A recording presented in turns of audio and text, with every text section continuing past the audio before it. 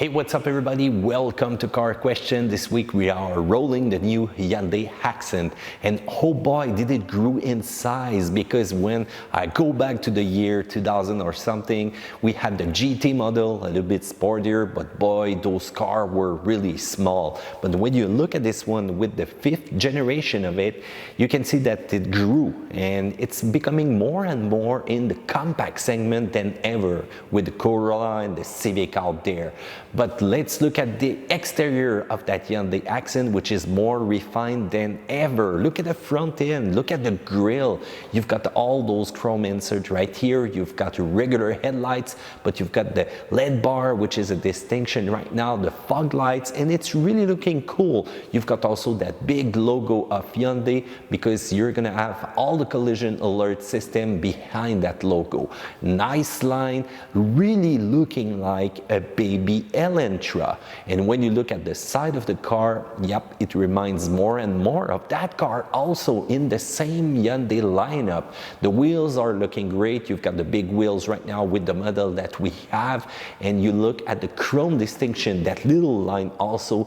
Same thing on the handle, which is really great looking. When you look at the rear end, once again, refined, stylish. It doesn't look like an Accent. It looks like a baby Elantra. And when you get inside that car, you're gonna be in completely familiar territory if you have a Hyundai or you've seen the interior of the Hyundai lineup. You've got that blue distinction color during the night. You've got all those commands, all those buttons that are very easy to use. Be careful though with the one for the radio to change the channel. You're gonna see that sometimes you just do a click and it's gonna do 3 clicks. Otherwise, you've got some plastic accent inside, and yes, this is where it's normal in the subcompact class. So I know I'm talking about that sometimes, but guess what? When I'm driving, comfort is important. The support of the seat is okay. You can adjust the position, the vision is perfect, but for the elbow, the touch of the plastic is really hard. Same thing for the dashboard. And you guys say to me, how about over the time? What's gonna happen with that plastic? Well, it might crack over time. So you need to take care of it with great product. You've got a fully complete functional multimedia system of Hyundai, Apple CarPlay, Android Auto, USB connector, a 7-inch screen that we have inside that car. If you go for the least equipped version, well, you're gonna have a 5-inch screen, but that's still cool. You've got great space for that category of car, even though in the back it might be just regular or normal though. When you look at the engine, this is a 1.6 liter engine, 130 horsepower at 6,300 RPM. You're gonna get 119 pound-feet of torque at 4,850 RPM. Direct injection, it's a 6-speed automatic or a 6-speed manual that you will need to choose next. And that's a great thing that they decided to keep the manual. Both are doing a great job though. They're not performer, but it's still not bad. When it's gonna come to road handling, you've got a button that's gonna change the reaction of the accelerator, which is right there in the center console. Once you press on it, it's also gonna change the calibration of the steering though. This car is not really fast, but you can feel the big change of that superstructure of Hyundai. You know, they do their own steel, so it's much rigid than it used to be in the previous version. Acceleration are okay. You're going to be able to pass a car or simply accelerate from 0 to 100 in a normal time. It's not a fast car. It's going to be able though to move around traffic if you need it. The only downside though is the sound of the engine, the buzzing that you get when you get near the red line.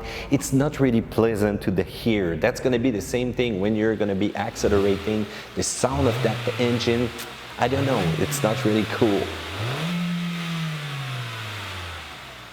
And if you leave the car in sports mode for daily driving, you're going to see that it's going to keep the rev really high, and this is annoying over time. When it comes to braking and the direction, the feeling is okay. You've got enough of both and you get a normal feeling for these kind of car in this segment. The suspension though, oh, the sound that it makes when you hit pothole are not really great. Sound insonorization is not really great in that area, and it's even worse when you get cold temperature out there. So each time that you hit a bump, you make a face like this and you won't like the sound for sure. But remember, this car with the superstructure is 32% more rigid, so this firmness has to go somewhere, and I think you feel it more in the suspension. When it's gonna come to fuel consumption, if you look at the papers on the website, you're gonna see that the manual will do 8.2 liter into town and 6.3 liter per 100 on the highway. If you go for the automatic version, the same one that we have right here,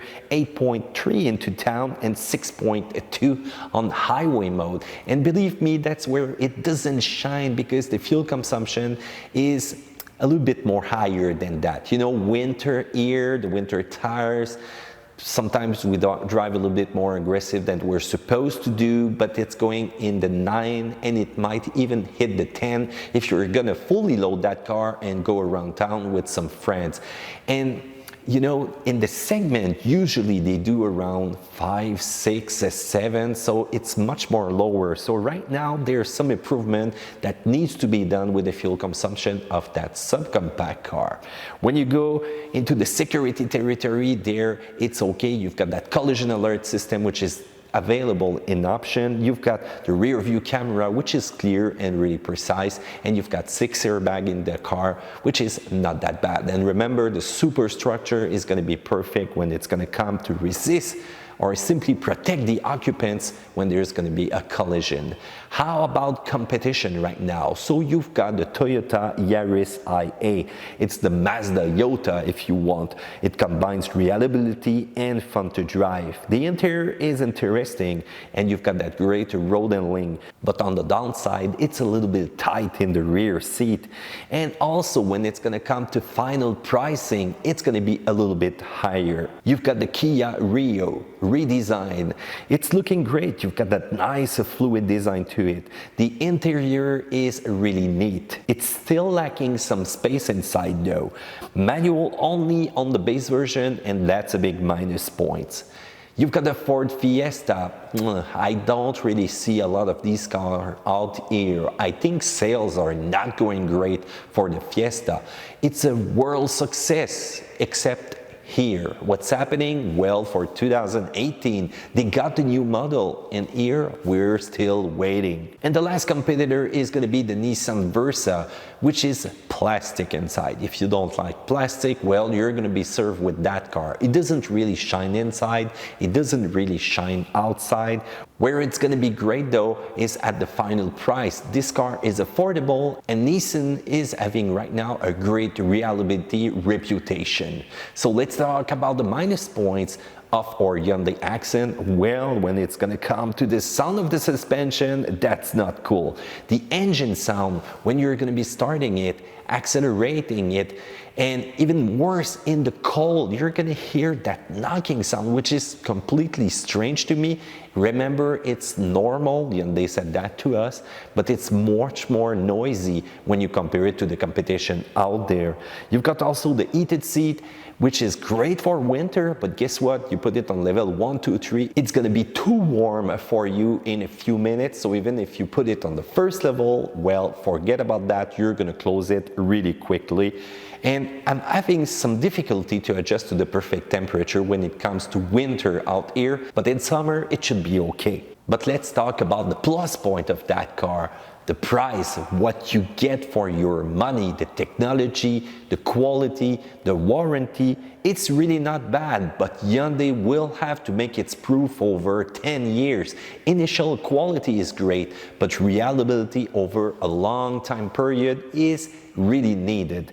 You've got also technology and connectivity, USB connector, Apple CarPlay, Android Auto. That's really great. And you've got the stylish style that you get with the Accent. and you've got that security alert collision, which is available in option if you want.